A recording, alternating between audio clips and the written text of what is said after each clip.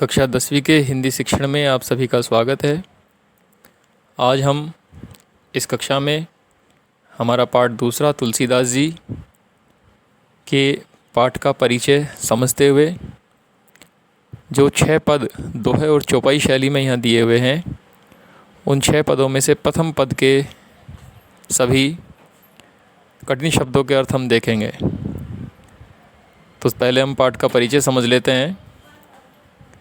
लक्ष्मण परशुराम संवाद रामचरितमानस के बालकांड से उद्धृत है, यानी लिया गया है, जो कि अवधी भाषा में रचित है। धनुर्यज्ञ यानी सीता जी के स्वयंवर का प्रसंग है। धनुर्यज्ञ के पश्चात परशुराम जी शिव धनुष के भंग होने का समाचार पाकर, भंग यानी टूटना, क्रोध में तमतमाते हुए वहाँ आते हैं, गुस्सा करते हुए आते हैं, किंतु श्री राम की विनयशीलता और विश्वामित्र जी के समझाने पर राम की शक्ति परीक्षण के बाद उनका क्रोध शांत हो जाता है। यहाँ इस बातचीत के दौरान लक्ष्मण और परशुराम जी के बीच में अनेक संवाद होते हैं, जो कि इस पाठ में दिए गए हैं। तो सबसे पहला हमारा जो पद है, उसका चित्र भी मैंने आपके समक्ष भेजा है, उसकी फ़ोटो भी भेजी है, ताकि जिसके पास पुस्तक नहीं है वो इसमें से उस चीज़ को समझ सके, और जिनके पास पुस्तक है अपनी पुस्तक सामने रखें। आज हम पहले पद के जिन जिन शब्दों पर मैंने पेन से टिक की हुई है, उन सभी शब्दों के अर्थ मैं आपको बता रहा हूँ। इन शब्दों के अर्थ आप ठीक प्रकार से याद कर लेना, ताकि कल जब हम इसकी भावार्थ, इसकी व्याख्या के रूप में इसको हम समझें, तो आप इस पद को बहुत अच्छी तरह से समझ सकें। मैं पूरी पंक्ति पढ़ूंगा, फिर उसके बाद उन शब्दों का अर्थ बताऊंगा कि नाथ शंभु धनु भंजनी हारा, होई केव एक दास तुम्हारा।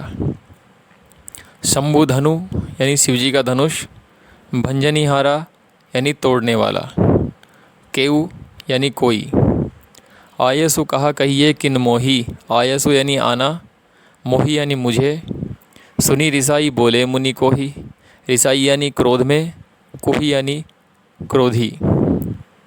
रिसाई को हम गुस्सा भी कह सकते हैं। सेवक सो जो करे सेवकाई, सेवकाई का अर्थ होता है सेवा के कार्य। अरि करनी करी करिए लड़ाई, अरि अरि यानी शत्रु। सुनहु राम जेहि शिव धनु तोरा, शिव धनु यानी शिवजी का धनुष, तोरा यानी तोड़ना।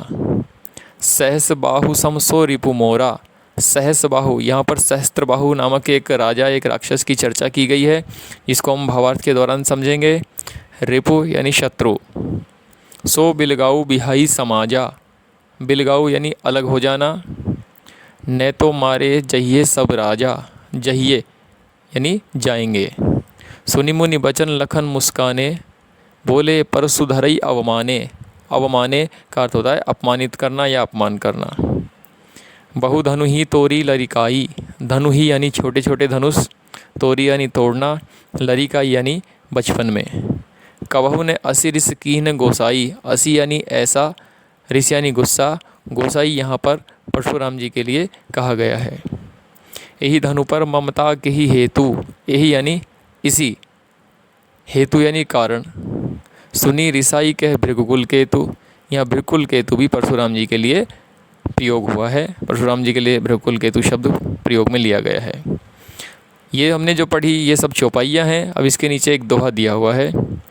रे निप बालक काल बस, बोलत तो ही ने संभार, संभार यानी संभल के। धनु ही सम त्रिपुरारी धनु, त्रिपुरारी यहाँ कहा गया है भगवान शिव जी को। विदित यानी जानना, सकल यानी सारा।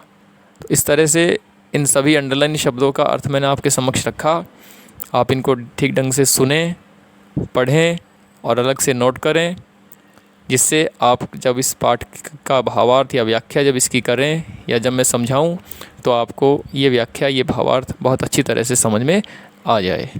उम्मीद करता हूं कि आपका